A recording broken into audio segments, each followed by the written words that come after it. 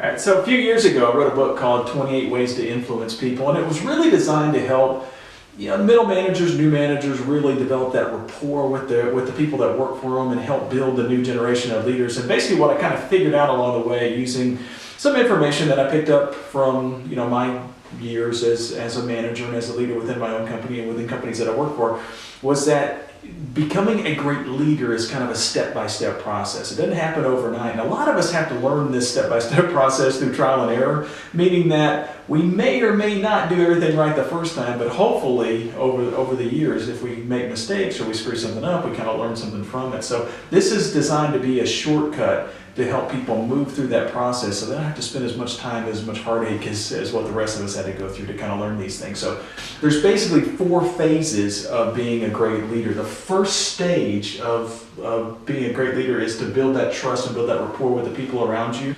And this is kind of the foundation of everything else. If you don't have that trust and rapport with the people that work for you or work with you, then nothing else is going to work. This is kind of the foundation. Now, just once you have that trust, there are going to be certain conflicts that pop up. It doesn't matter how good of a person you are, it doesn't matter how good of a leader you are, eventually there are going to be conflicts along the way. So we have to have some way to deal with those conflicts and make the things that pop up during those conflicts less taxing on the relationship that we have with folks.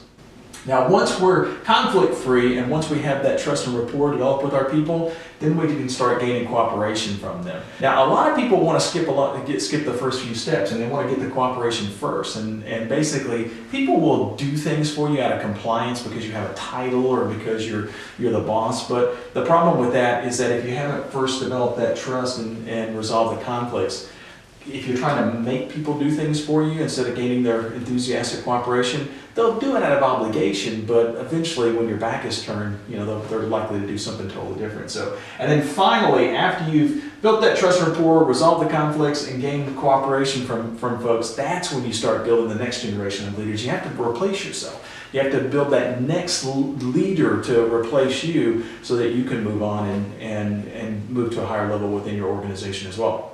So this was a step-by-step process. Now, when I set up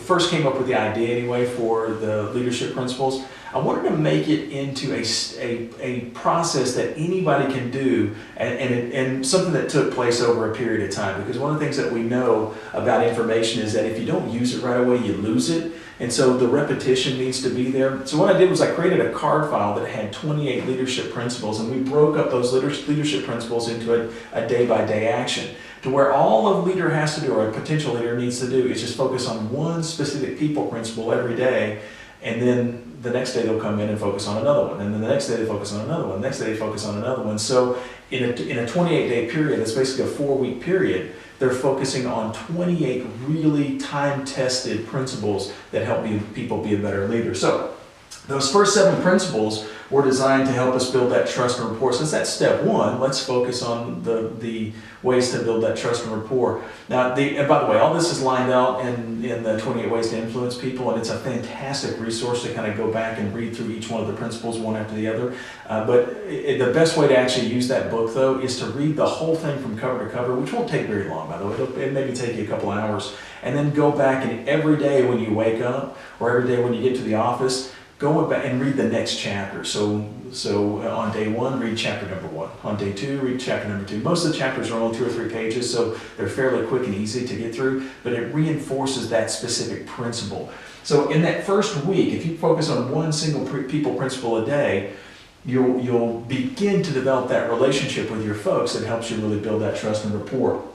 Once you do really well in that first week, and now the relationships start to increase and be more positive, now the second set of people principles, resolving conflicts, will be a whole lot better. It's a whole lot easier now to resolve conflicts if you have that solid trust with people. So that's the way that the process kind of works. And I would encourage you to, if you haven't already purchased the 28 Ways to Influence People, go ahead and do that. You can get it from Amazon. You can buy it from our website on leadersinstitute.com.